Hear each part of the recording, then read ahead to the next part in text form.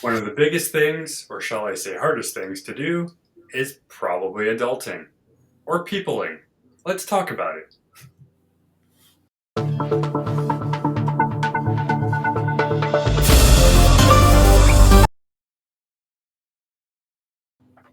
Yes, Peopling? peopling is a What's a word. peep? I just, it Okay. is what it is. Is it time to people today? Are we going to people? Yeah, let's people today. All right, guys, my name is Rob. This is my mom, Karen. We are your hosts at Books, Banter, and Beyond. As you can tell, we have a lot of crazy thoughts in our minds, so that's just how it is. If you guys have joined us before, thank you for coming back. If this is your first time, you're going to really love today's episode, all about adulting, right? Um, Kind of in the area of your favorite genre of self help, right? Self help Hmm. is kind of the idea of how to do things easier, better, And wiser. then, yeah, personal development that you just become a better you. Yeah, there you go. So, obviously the adulting probably, I guess, was created for this area of books, but really it's just books on adulthood, or more specifically, responsibilities of what you have to do as you grow up, basically. Um, So I went through Google.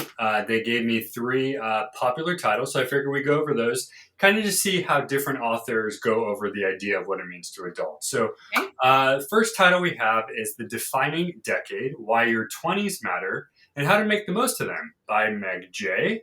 Our second one is "Adulting: How to Become a Grown Up in the 535 Easy-ish Steps" by Kelly Williams Brown. I like that title a lot. And lastly, we're going to talk about "How to Keep House While Drowning: A Gentle Approach to Cleaning and Organizing" by Casey Davis. So, off the bat, the first thing that I notice is the humor that a lot of these people will put into it. I'm Right. sure you'd agree on some of the personal development. A lot of authors, to make it a little easier, more palatable, they kind of like to poke fun, and they kind of like to make some jokes to make the person reading the personal development a little more comfortable, right? If you were to pick up a book and it'd be like, how fully structured da da da da da is, it may not be so charming, right? To want Welcoming. to, Right. Right. to pick it up. So, first off, Meg Jay's book, The Defining Decade, seems to emphasize the importance of making intentional choices in your 20s, and she argues that that period lays the foundation for the rest of your life. I guess, again, something to be said. I know we've discussed the differences between when I was, 15, 20 versus now.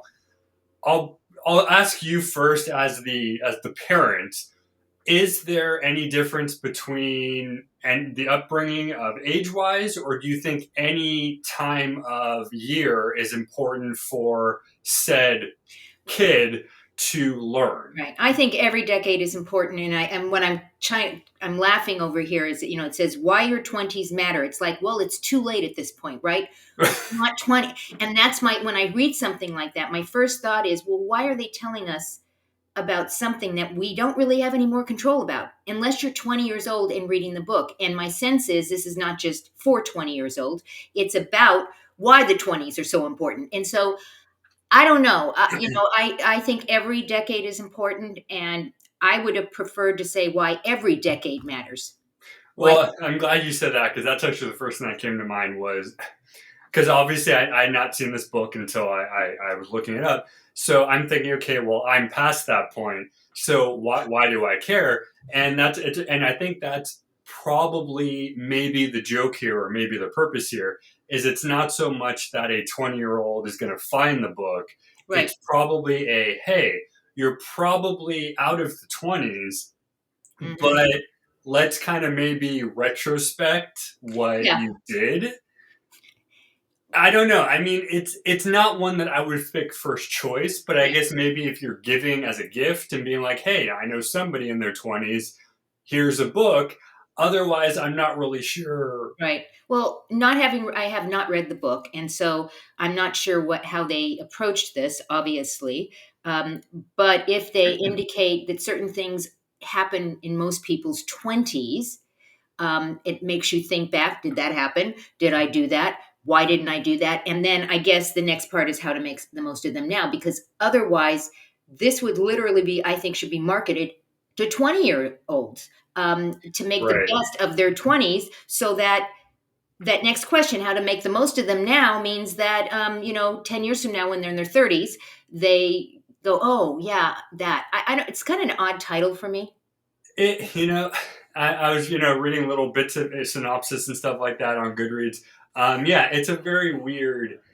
The title does throw you off, and for me, and we've talked about it, where if the title's already that weird, I can't get into the story because I'm still kind of trying to figure out what the title I'm reading is. So I'm already confused to get go, and that's just going to kind of throw it. Right, right. Which, of course, I'm going to have to go look at this. I'm going to go look up the book and maybe do like a Chat GPT thing on it and figure out There you go. See what why they. was this book written. I actually be curious why somebody would write a book that sounds like it's not just for the 20s, but now too. But how you? I mean, what are you supposed to do about it? I would get frustrated at this. I'm frustrated even with the title. I'm frustrated. There, All see, right. that's what happens. All right, the next one is one of my favorite titles here: "Adulting: How to Become a Grown Up in 535 Easy-ish Steps." My first question is, where did that number come from? It's a very arbitrary, but it says that according to her, Kelly Williams Brown, she takes a more humorous and approachable stance, offering step-by-step guidance on everything from finances to cooking. So it's, to me, it's kind of like the adulting for dummies. It's one of those Right. type of guides. How Again, to's. haven't read fully through, but Yeah. from the synopsis that you get from Goodreads and such, it's a very, to me, very simplistic idea. It's basically just okay, here are things that you're probably going to do. Here's some tips and tricks on how. And for me, this kind of brings up the idea of not necessarily following the other person's exact rule, but more of you're probably going to do it differently, but here's a general guideline. So you may Right. not cook everything I cook. You may not buy everything I buy.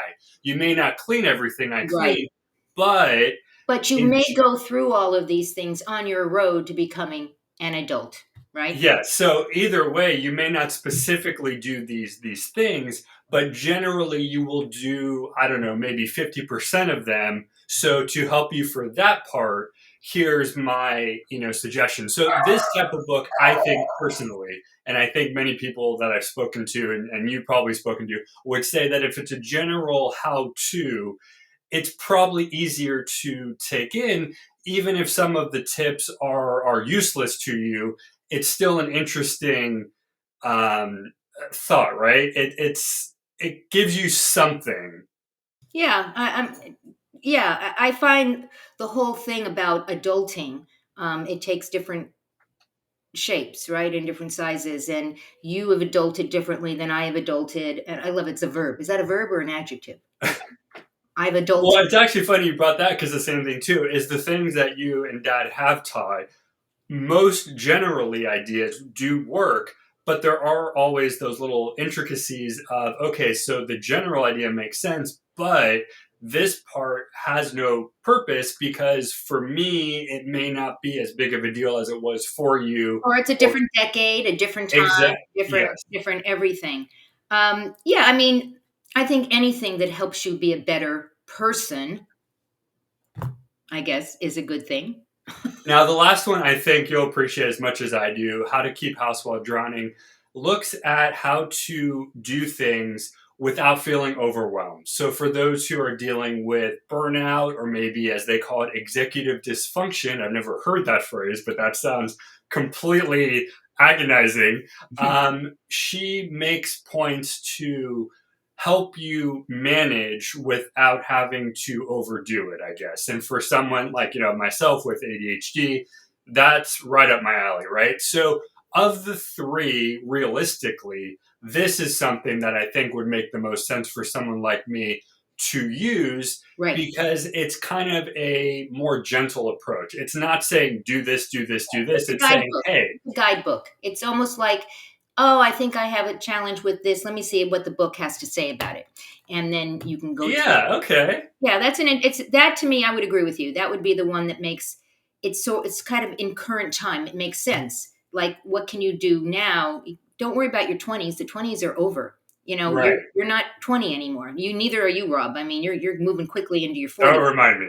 You know, a number. Don't remind me. I'm moving quickly into my 70s. So, But again, I laugh at that because it's there to me. It's just a number. The number gets bigger, but it's just a number. And I would much prefer to read a book that's going to help me with practical advice. I like Right. practical advice, and it's almost like an encyclopedia or a research book or something that you can look up to see what kind of Okay. things, Okay. I like that. Yeah. right?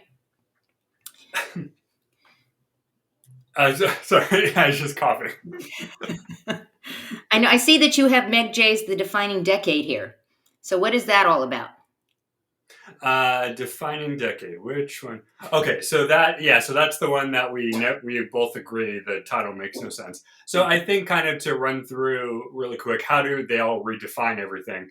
I think for me at least, it's more proof that the author that we've talked about before Right, right, can write the way they want to write. So right, whether it's a weird title, whether it's their particular opinion, and nonfiction is always weirder between fiction because you have to at least right, have truthful commentary. And what's even harder is when you're doing a tips and tricks, you have to assume that not everybody is going to understand or do that. right, So you can't write it in a way saying this is the only way to do it, or else you have to write it in a way that says, hey, I learned how to wash dishes this right, way. If you want to try it, go for it, but it's not the only way to do it. So I think it redefines how to right. be an adult by way of saying there's more than one way to dot dot dot. Dot dot dot. And one of all of these books are, I think, their goal is to redefine what it means to be a successful adult. But then you get into the quandary of what does successful adult mean? What do you have to be or do to be a successful adult? Right? So Yeah, it's again, these books speak to that. So depending on which book, it's opinion. I mean, I think at it the end is, of the yeah. day, it's opinion. So if I were to ask you, Rob, which one of these books would help you in your own definition of what a successful adult is? Which one I of like these that. books speak to you? I like that one. So again, there's thousands out there. These three are just some of the more popular according to Goodreads. But Hmm. I think of the three we went over, probably the last one, the how to keep house while drowning, a gentle approach to cleaning and organizing, specifically because the author writes in a way to help those who struggle with general day-to-day doings. Right. I think generally for me and for many people that I've known in the past, the the simpler the book is, the more general the book is, the easier it is to digest the information. Obviously, one problem for personally for school, you remember, was when you did a class and it was one way only to learn it. I always had that I struggled with that because there was no other answer. So I think for the purposes here, that book would be my go-to because I feel like this author understands what it means, as you said, to be a successful adult overall. I turned the mic off because the dog is barking. Sorry. Oh, I don't know what he's barking at, but he's barking. I would agree with you. That would also be my choice as well because it gives you very, specific tricks and trips and not trips, tips and tricks that you can do, yeah, and you pick and choose whichever one. I put up exactly. the website nextchapterbookstore.shop because you have all sorts of books in the bookstore. Again, it's a gently used bookstore, which means that you are getting books that other people loved. And Hmm. now they're sharing, which I love that, and I know obviously you love that at your bookstore. Go check it out because there's all sorts of books you can sort by category. Find something that just stokes the fire in your mind that you want to take. Go and read this. As always, Rob, we always have fun. Well, mostly we always have fun. Um, we want to thank everybody for joining us on Books, Banter, and Beyond, and we'll see you next time on the show. Goodbye, everyone.